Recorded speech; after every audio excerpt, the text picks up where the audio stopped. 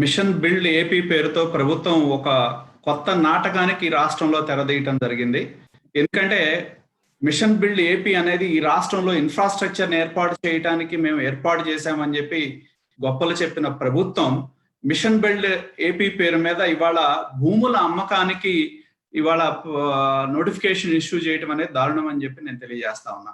అందుట్లో ప్రభుత్వం యొక్క ఉద్దేశాలు, ఒకసారి ప్రభుత్వం యొక్క ప్రకటన మనం చూసినా ప్రభుత్వం యొక్క ఉద్దేశాలు స్పష్టంగా కనపడతా ఉన్నాయి. ఈ రాష్ట్రంలో ఇన్ఫ్రాస్ట్రక్చర్ సౌకర్యాల కోసము, ప్రజల సౌకర్యాల కోసము ఇవన్నీ కాకుండా కేవలం ఈ మిషన్ బిల్డ్ ఏపీ పేరు మీద అమ్మే భూములు ఏవైతే ఉన్నాయో వాటిని ఏదైతే నవరత్నాలు ప్రోగ్రాముల కోసం ఖర్చు పెడతామని చెప్పి ప్రభుత్వం చెప్పడం అనేది ఇంతకంటే దారుణం ఇంకోటి ఉందా అని చెప్పి నేను ప్రభుత్వాన్ని ప్రశ్నిస్తా ఉన్నా. నవరత్నాలు ఏంటి? ఎన్నికల హామీలు అమలు చేయడానికి ఈ ప్రభుత్వం భూముల అమ్మకానికి తెరదీసింది అనేది ప్రకటన ద్వారా అర్థమవుతుందని చెప్పి కూడా నేను తెలియజేస్తా ఉన్నా. ఇవాళ మిషన్ బిల్డ్ ఏపీ కాదు, మిషన్ లూట్ ఏపీ అనే విధంగా ఇవాళ ప్రభుత్వం తెరదీసిందని చెప్పి కూడా నేను తెలియజేస్తా ఉన్నా. ఇవాళ పరిస్థితులు ఎట్లా ఉన్నాయంటే ఏపీ ఫర్ సేల్ లాగా ఉంది. ఏదైనా ఈ రాష్ట్రంలో అమ్మకానికి సిద్ధంగా ఉన్నాయి, ఏపీ ఫర్ సేల్ అనే విధంగా ప్రభుత్వం యొక్క ఆలోచన ఉండటం చాలా దారుణం అని చెప్పి కూడా నేను తెలియజేస్తా ఉన్నా. ఈ ప్రభుత్వం విచక్షణ కోల్పోయిందని చెప్పే దానిలో నేను సాహసం చేయను. ఏ పనైనా చేయాలంటే దానికి సమయం సందర్భం ఉండాలి. కాబట్టి అసలు ఈ సమయంలో ఒకవైపు కరోనా ఇటువంటి విపత్కర పరిస్థితులు ఉంటే ఈ సమయంలో ప్రభుత్వం భూముల అమ్మకానికి తెరదీయటం అనేది ఎంతవరకు సబబు అని చెప్పి కూడా నేను అడుగుతా ఉన్నా. అందుట్లో ఇవాళ మీ ఎన్నికల హామీల కోసం భూములు అమ్ముతా ఉన్నారనేది స్పష్టం అవుతుందని చెప్పి కూడా నేను ఈ ప్రభుత్వాన్ని ప్రశ్నిస్తా ఉన్నా.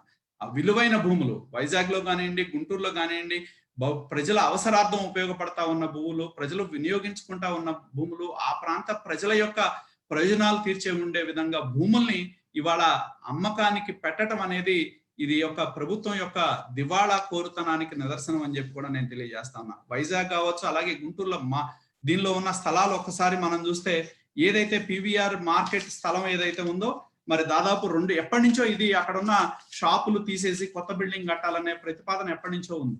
దాని మీద ఎన్నో సందర్భాల్లో ఇవాళ కార్పొరేషన్ లో కూడా తీర్మానాలు చేయడం జరిగింది. ఎవరైతే అక్కడ ఉన్నారో ఆ భవనాన్ని తీసేసి అక్కడ ఉన్న ఎవరైతే వినియోగదారులు, చాలా మంది ఆ ప్రాంతంలో చిన్నవాళ్ళు, పెద్దవాళ్ళు, కూరగాయలు అమ్ముకునే వాళ్ళు, వివిధ రకాలైన వాళ్ళు అక్కడ బతుకు తెరువు కోసం అక్కడ చేస్తా ఉన్న పరిస్థితుల్లో ఆ బిల్డింగ్ కూలిపోవడానికి సిద్ధంగా ఉందని చెప్పి ఆ బిల్డింగ్ ని తీసివేస్తే గతంలో ఎన్నోసార్లు అక్కడ ఉన్న ఎవరైతే వ్యాపారులు, అక్కడ ఉన్న కార్పొరేషన్ కి ఎన్నో సందర్భాల్లో డిస్కషన్స్ జరిగినాయి. 2012లో దీని మీద ఒక తీర్మానం చేసి మరి ప్రభుత్వానికి కూడా పంపించడం జరిగింది. ప్రభుత్వం కూడా కోర్టు కేసులను ఆమోదించడం జరిగింది.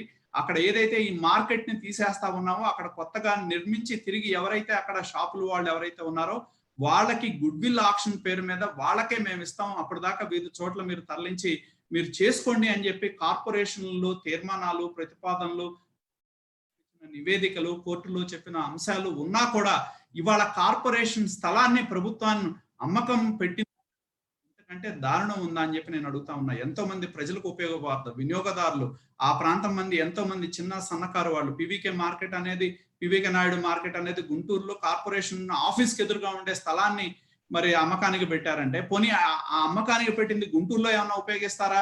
అక్కడ ఎన్నో కాంప్లెక్స్లు అసంపూర్తిగా ఉన్నాయి. ఆర్టీసీ బస్ స్టాండ్ ఎదురు మున్సిపల్ కాంప్లెక్స్ అసంపూర్తిగా ఉంది, వాటి కోసం వినియోగిస్తారంటే లేదు. ఏదైతే వీళ్ళ యొక్క రాజకీయ అజెండా ఏదైతే నవరత్నాలు ఏదైతే ఉందో దానికోసం ఈ అమ్మకానికి వచ్చిన డబ్బులు మేము ఖర్చు పెడతా ఉన్నామని చెప్పడం అంటే ఇది ప్రభుత్వం యొక్క దివాళా కోరుతనానికి నిదర్శనం కాదా అని చెప్పి నేను అడుగుతా ఉన్నా. రెండవది, మా గుంటూరు జిల్లాలో కార్మిక శాఖకు సంబంధించింది ఎన్నో ఇవాళ ఒకసారి ప్రభుత్వ హాస్పిటల్ అనేది గుంటూరులో ఉన్న ప్రభుత్వ హాస్పిటల్ ఎన్నో ప్రతిపాదనలు గత 2-3 ఏళ్ల నుంచి ప్రభుత్వం దగ్గర నలుగుతా ఉన్నాయి. దాదాపు ఇవాళ గవర్నమెంట్ హాస్పిటల్ కి రోజుకి 3000 మంది వస్తా ఉన్నారు. గవర్నమెంట్ హాస్పిటల్ కి రోజుకి 1500 మంది ఇన్పేషెంట్స్ ఉన్నారు. కాబట్టి ఈ కార్మిక శాఖకు సంబంధించిన స్థలాన్ని గతంలోనే తెలుగుదేశం ప్రభుత్వం ఉన్నప్పుడు గవర్నమెంట్ హాస్పిటల్కి ఇవ్వాలనే ప్రతిపాదన దగ్గర ఉన్న విషయం వాస్తవమా కాదా అని చెప్పి నేను అడుగుతా ఉన్నా. ఏదైతే ప్రభుత్వ హాస్పిటల్ యొక్క అవుట్ పేషెంట్స్ విభాగాన్ని వాటన్నిటిని కూడా అక్కడ తరలించి ఏదైతే మెడికల్ కౌన్సిల్ ఆఫ్ ఇండియా నియమ నిబంధనల ప్రకారం ఇన్ఫ్రాస్ట్రక్చర్ ఇక్కడ లేదు కాబట్టి అక్కడ ప్రభుత్వానికి సంబంధించిన అక్కడ ఉన్న స్టాఫ్ నర్సెస్ క్వార్టర్స్ కావచ్చు, అవుట్ పేషెంట్స్ విభాగాన్ని అందించే సేవలను ఉపయోగించుకోవడానికి కార్మిక శాఖకు సంబంధించిన 10 ఎకరాల స్థలాన్ని జీజీహెచ్ కోసం కేటాయించవలసిందిగా జిల్లా యంత్రాంగానికి జీజేహెచ్ వాళ్ళు పంపించడం, కలెక్టర్ రాష్ట్ర ప్రభుత్వానికి పంపించడం, వివిధ ఆనాటి ముఖ్యమంత్రి యొక్క కాన్ఫరెన్స్లో ఈ స్థలాన్ని బదలాయింపు చేయాలనే విధంగా ఆదేశాలు ఇచ్చిన విషయానికి ఒకసారి ప్రభుత్వం దృష్టికి తీసుకొస్తా ఉన్నా అని చెప్పి నేను తెలియజేస్తా ఉన్నా. రోజు ఇటు ఈస్ట్ గోదావరి నుంచి ప్రకాశం జిల్లా వరకు ఈ 4-5 జిల్లాల నుంచి వేల మంది గుంటూరు జనరల్ హాస్పిటల్కి వస్తా ఉంటే, అది నడుబొడ్లో ఉన్న స్థలం సరిపోని పరిస్థితులు ఉంటే, హాస్పిటల్కి స్థలం కావాలంటే ఇవాళ ప్రభుత్వం దాన్ని విభజించి అమ్మకానికి పెడతారా అని చెప్పి నేను ప్రశ్నిస్తా ఉన్నా అని చెప్పి నేను తెలియజేస్తా ఉన్నా. ఎందుకంటే ప్రభుత్వం ఇవాళ అక్కడున్న హాస్పిటల్ కోసం స్థలం అడుగుతా ఉంటే దాన్ని ఇవాళ అమ్మకానికి పెట్టి సొమ్ము చేసుకోవటం చాలా బాధాకరం అని చెప్పి కూడా నేను తెలియజేస్తా ఉన్నా. ఇవాళ ఒక్కసారి నేను ప్రపంచం మొత్తం మనం చూస్తా ఉన్నాం. ఇవాళ ఒకవైపు కరోనా ఉంది, నిరుద్యోగం ఉంది, ఆర్థిక మాంద్యం ఉంది, ఇండస్ట్రీస్ అన్ని కూడా ఎలా బయటపడాలా, పెద్ద పెద్ద ఇండస్ట్రీసే మరి బోర్డులు తిప్పేసిన పరిస్థితి ఉంది. అమెరికా లాంటి ఊళ్ళలో అయితే వాళ్ళు దీనిలో ఫైల్ చేయడం జరిగింది దీనికోసం. ఆ విధంగా కంపెనీలన్నీ కూడా అవుతా ఉన్న సమయంలో ఆర్థిక మాంద్యం ప్రపంచాన్ని, దేశాన్ని, రాష్ట్రాన్ని ప్రభుత్వం ఏమో వేసుకుంటా ఉంటది, మాకు ఆదాయం ఇంతే వచ్చింది లేకపోతే చేసుకుంటా ఉన్న పరిస్థితుల్లో ఇవాళ ఎవరి కోసం ఈ ఆక్షన్స్ పెడతా ఉన్నారు అని చెప్పి నేను ప్రభుత్వాన్ని ప్రశ్నిస్తా ఉన్నా. పెద్ద పెద్ద కంపెనీలే తలకిందులు అవుతా ఉన్న పరిస్థితుల్లో ఎవరి కోసం మీరు ఇవాళ ఆక్షన్లు పెడతా ఉన్నారు? ఏ ఆస్మదీయుల కోసం ఈ యొక్క ఆక్షన్లు పెడతా ఉన్నారు? మీ కంపెనీల కోసం ఈ ఆక్షన్లు పెడతా ఉన్నారు? దీని వెనుక ఒక పెద్ద కుట్ర దాగుందని అయితే నేను భావిస్తా ఉన్నానని చెప్పి కూడా నేను తెలియజేస్తా ఉన్నా. ఎవరు కూడా నాకు తెలిసి కనీసమైన ఇంగిత జ్ఞానం ఉన్న వాళ్ళు ఎవరు కూడా ఈ రోజు ప్రపంచంలో ఉన్న ఆర్థిక పరమైన పరిస్థితులను చూసి ఏ ప్రభుత్వాలు కూడా ఇవాళ ఆక్షన్లు పెట్టమనేది మనం గుర్తుంచుకోవాల్సిన అవసరం ఉంది. ఎక్సెప్ట్ మనం ఏదైనా కంపెనీల్లో, ప్రభుత్వంలో ఉన్న పెద్దలు కొన్ని కంపెనీలను మాట్లాడుకొని ఆ కంపెనీలను తీసుకొచ్చి ఆక్షన్లు వేయించితే తప్పితే ఇవాళ పెద్ద పెద్ద కంపెనీలే తమ కంపెనీలను నడపడానికి డబ్బు లభ్యత లేదు అని చెప్పి తలకిందులు అవుతా ఉన్న పరిస్థితుల్లో ఇవాళ ఈ ప్రభుత్వం ఇవాళ ఆక్షన్స్ కి తెరదీసిందంటే ఇది అస్మదీయుల కేటాయింపు కోసం అనేది స్పష్టమవుతా ఉంది. దీని వెనుక తమ వారికి ఇవ్వాలనే ఒక కుట్ర కూడా దాగుందనేది స్పష్టమవుతా ఉందని చెప్పి నేను తెలియజేస్తా ఉన్నా. అంటే దీన్ని బట్టి అర్థం అవుతా ఉంది ప్రభుత్వం విచక్షణ కోల్పోతా ఉంది, తను చేసే పనులు అనేది స్పష్టమవుతా ఉంది. అయిన వారికి కట్టబెడటానికి ఈ ప్రభుత్వం ఎంతకైనా ముందుకు వస్తా ఉంది అనేది స్పష్టమవుతా ఉందని చెప్పి కూడా నేను తెలియజేస్తా ఉన్నా.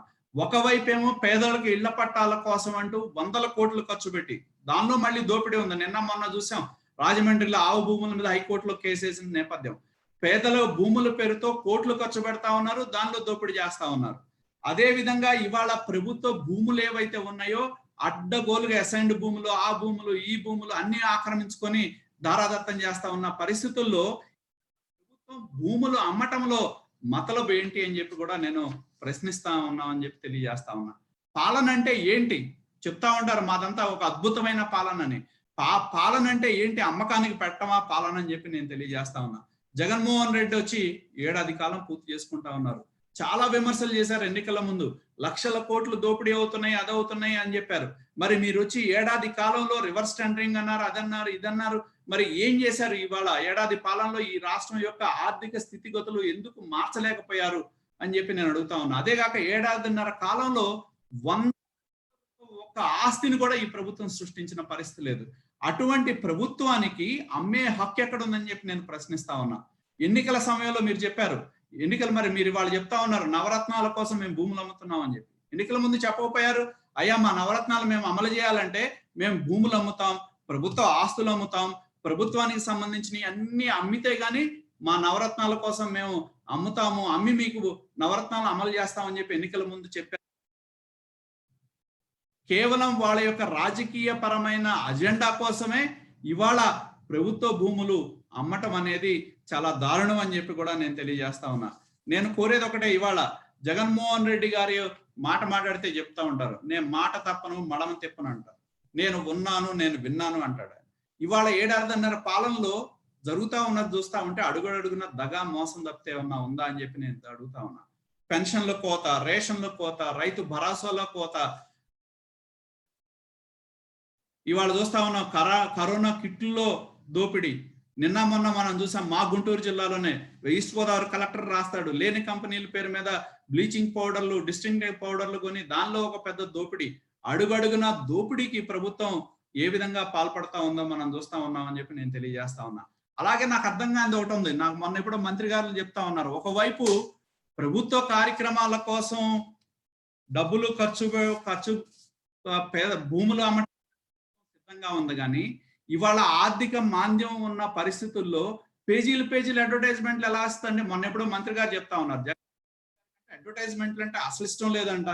ఇవాళ చూస్తా ఉంటే రైతు భరోసా పేరు మీద వందల కోట్ల రూపాయలు ఇవాళ అడ్వర్టైజ్మెంట్ల కోసం ఖర్చు పెడతా ఉన్నారు. వందల కోట్ల రూపాయలు ఖర్చు పెట్టి అడ్వర్టైజ్మెంట్లు ఇస్తా ఉన్నారు. మీ దగ్గర డబ్బులు లేనప్పుడు అడ్వర్టైజ్మెంట్లకు ఎందుకు ఖర్చు పెడుతున్నారు? మరి వాటన్నింటినీ మీరు నిజంగానే మాది అద్భుతమైన పాలన ఉన్నప్పుడు ఇవాళ మీరు ఖర్చు పెట్టే ఈ దోపిడీని మీరు ఆపితే భూముల అమ్మకాన్ని చేయాల్సిన అవసరం లేదు కదా. ఒకవైపు ఏమో అధికారాన్ని అడ్డం పెట్టుకుని దోపిడీ చేసుకుంటూ ఇవాళ ఈ ప్రాంత ప్రజల యొక్క ప్రయోజనాలకు అవసరమైన భూముల్ని అమ్మకానికి పెట్టడం ఎంతవరకు సబబు అని చెప్పి నేను తెలియజేస్తా ఉన్నా. నాకు తెలిసేది ఇవన్నీ కూడా కార్పొరేషన్ భూములు, ప్రభుత్వానికి అక్కడ డిఫరెంట్ డిపార్ట్మెంట్స్ భూములు. ప్రభుత్వం ఆ ప్రాంతంలో ఉన్న ప్రజలకి పివికే మార్కెట్లో అక్కడ ఉన్న వాళ్ళకి మేము మీకు ఇస్తాం పడగొట్టి షాపులు కట్టని హామీ ఇచ్చారు. ఇప్పుడు ఆ హామీని వదిలేసి మా మార్కెట్లో ఆక్షన్ పెట్టారు. అదే విధంగా కార్పొరేషన్ నల్లపాడులో ఉంది, కార్పొరేషన్ స్థలం, అది కార్పొరేషన్ దఖలైన స్థలాన్ని దాన్ని అమ్మకానికి పెట్టారు. అలాగే కార్మిక శాఖ సంబంధించిన స్థలం, అది గవర్నమెంట్ హాస్పిటల్ ఈ ప్రాంతంలో 4-5 జిల్లాల పరిధిలో ఉన్న ప్రజల వినియోగార్థం హాస్పిటల్ కట్టడానికి స్థలం ఇవ్వమంటే ప్రజల ప్రయోజనార్థం స్థలం ఇవ్వడానికి ఈ ప్రభుత్వానికి మనసు లేదు. కానీ అస్మదీలు కట్టబెట్టడానికి మటుకి ఈ సమయంలో, కరోనా సమయంలో, ఆర్థిక మాంద్యం సమయంలో ఇవాళ ఈ ఆక్షన్లకు ప్రభుత్వం తెరదీసి మరి ఈ ప్రభుత్వం గొప్పలు చెప్పుకుంటా ఉందని చెప్పి నేను తెలియజేస్తా ఉన్నా. కాబట్టి నేను కోరేది ఒకటే, ప్రభుత్వాన్ని డిమాండ్ చేస్తా ఉన్నా, ఈ స్థలాలన్నీ కూడా, ఈ విలువైన స్థలాలన్నీ కూడా ఈ ప్రాంత ప్రజలకి వినియోగానికి అవసరమైన స్థలాలు, ఆ యొక్క ఆక్షన్స్ ఆపాలని చెప్పి కూడా నేను డిమాండ్ చేస్తా ఉన్నా. చంద్రబాబు నాయుడు గారు, తెలుగుదేశం ప్రభుత్వం రాజధాని ప్రాంతంలో కావాల్సిన ఇన్ఫ్రాస్ట్రక్చరు ఇవన్నీ కూడా ఖర్చు పెడితే భూములు విలువ పెరుగుతుంది. విలువలు పెరిగిన తర్వాత రకరకాల వాళ్ళకి ఇప్పుడు మనం కేంద్ర ప్రభుత్వ ఏజెన్సీలు వాటన్నిటికి కూడా భూ కేటాయింపులు చేశాం. దానివల్ల అందరూ వచ్చిన తర్వాత అది ఒక పెద్ద నగరంగా మారితే భూములు విలువలు పెరుగుతాయి. ఆ పెరిగిన ప్రభుత్వం యొక్క దగ్గర ఉన్న భూములు వివిధ ఏజెన్సీలు కనుక మనం ఇస్తే దాని ద్వారా ఇంత ఆదాయం వస్తుందని చెప్పారు. ఇక్కడ మీరు దీనికి దానికి సంబంధం లేదు. ఎందుకంటే అది ఇన్ఫ్రాస్ట్రక్చర్ క్రియేట్ చేసి దాన్ని మౌలిక సదుపాయాలు కల్పించి దాన్ని ఒక నగరంగా తీర్చిదిద్దిన తర్వాత గవర్నమెంట్కి అవసరమైనప్పుడు ఆ యొక్క స్థలాలు ప్రభుత్వం దగ్గర ఉంటాయి. ఆ రోజు మీరు ఏదైనా వీటి కోసం పెడితే ఇన్ని కోట్ల రూపాయల ఆదాయం వస్తుంది, అది ఒక సెల్ఫ్ సఫిషియెంట్ సిటీగా మారుతుంది అని చెప్పడానికి చెప్పింది అది. అంతేగాని ఇవాళ కార్పొరేషన్ దగ్గర నడి రోడ్లో ఉన్న స్థలాలు, వ్యాపారాలను తీసేసి చిన్న వాళ్ళని తీసేసి మేము మీకు ఇస్తాం, తిరిగి ఇది పడిపోతుంది, మేము దీన్ని రేపు మళ్ళీ కట్టి మీకే ఇస్తామని చెప్పి కార్పొరేషన్ లో తీర్మానాలు చేసి ప్రభుత్వాలు ఒప్పుకొని ఇవాళ వాళ్ళందరినీ నడిబోర్డు మీద పడేసి ఆక్షన్లు పెట్టడమే ఎంతవరకు సబ్ అని చెప్పి నేను ప్రశ్నిస్తా ఉన్నా.